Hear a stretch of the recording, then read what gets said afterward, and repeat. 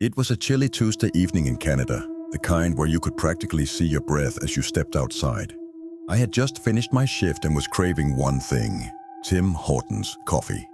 Now, if you're Canadian, you know there's no better way to end your day than with a warm cup of Tim's Double Double. It's practically in our DNA.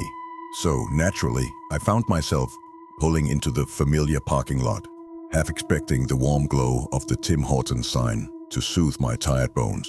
But as I parked, I noticed something was off. The usual hum of life around the place was missing. No cars in the drive-thru, no people loitering with Timbits, nothing.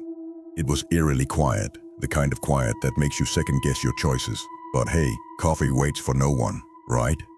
The automatic doors swished open as I walked in, and immediately I regretted it. The place was empty, completely deserted. The usual chatter, clinks of cups, and the sweet smell of donuts were nowhere to be found. Instead, the air was thick with an odd metallic scent. I could almost taste it. "Hello?" I called out, hoping someone in the back would hear me. No response.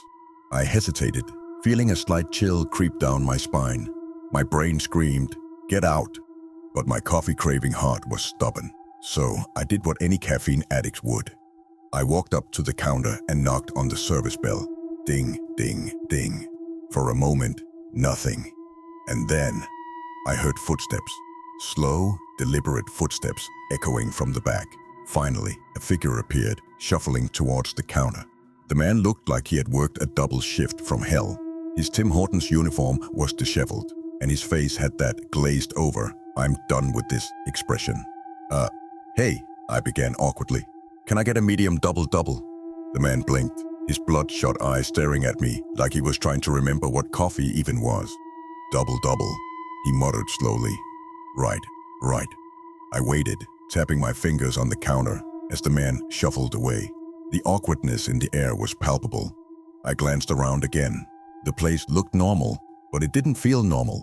The usual coziness was gone, and that metallic smell, it was getting stronger. The man returned holding a cup. It looked like a regular coffee cup, except for the odd red stain on the lid. "Here you go," he said, sliding it across the counter. I looked at the cup suspiciously. What's that on the lid?" He stared at me blankly. "Special ingredient," he said in a deadpan tone. I almost laughed, thinking it was some weird attempt at a joke, but then I noticed his hands. They were trembling, and there was something dark under his fingernails. My stomach did a flip. "I think I'll pass," I said, pushing the cup away. "I'm good." The man's expression didn't change. "You should drink it," he said in a flat, emotionless voice. "You'll feel better." Now, I've been through some weird customer service moments in my life, but this was on a whole new level of creepy. "I'm just going to go," I said, backing away slowly. As I turned to leave, I heard it. The sound of slurping. Like something was guzzling down that coffee like it was the last drop of water on earth. I whipped around and there it was. The cup, sitting on the counter, empty. But the man wasn't holding it. He was gone. The room was darker now, and shadows seemed to move in the corners of my vision. Panic set in, and I bolted for the door. But as I reached the exit, the automatic doors refused to open. I banged on them, my breath quickening. "Come on, open." Suddenly, I heard a voice, soft but unmistakable. "Leaving so soon?" I spun around, heart pounding, and saw them. The staff. 3 more workers, all dressed in the same Tim Hortons uniform. But they didn't look right. Their skin was pale, almost gray, and their eyes were dark, empty voids. They stood behind the counter, smiling the most unnatural, toothy grins I've ever seen. "Stay a while," one of them said, their voice distorted like it was coming from underwater. "We have fresh coffee," another chimed in, holding out a tray of cups. Each cup had that same red stain on the lid, and the smell, oh God, the smell.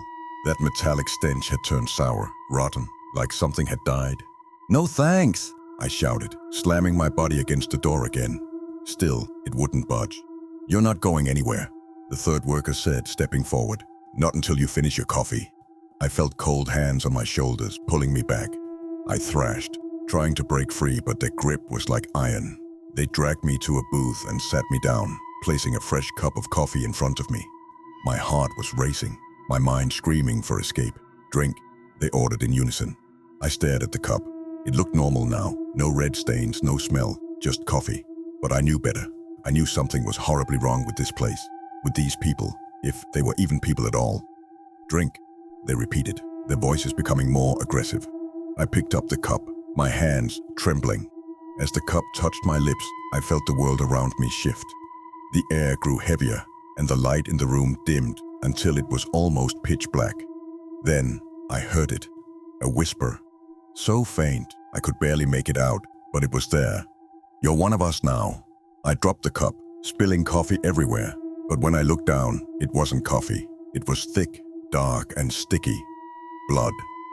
"Join us," the voices whispered, closer now. I looked up, and the staff were no longer behind the counter. They were standing around me, their faces twisted and grotesque. Their grins had stretched unnaturally wide, revealing sharp, jagged teeth. I tried to scream, but no sound came out. I tried to run, but my legs wouldn't move. I was trapped, frozen in place as they closed in on me.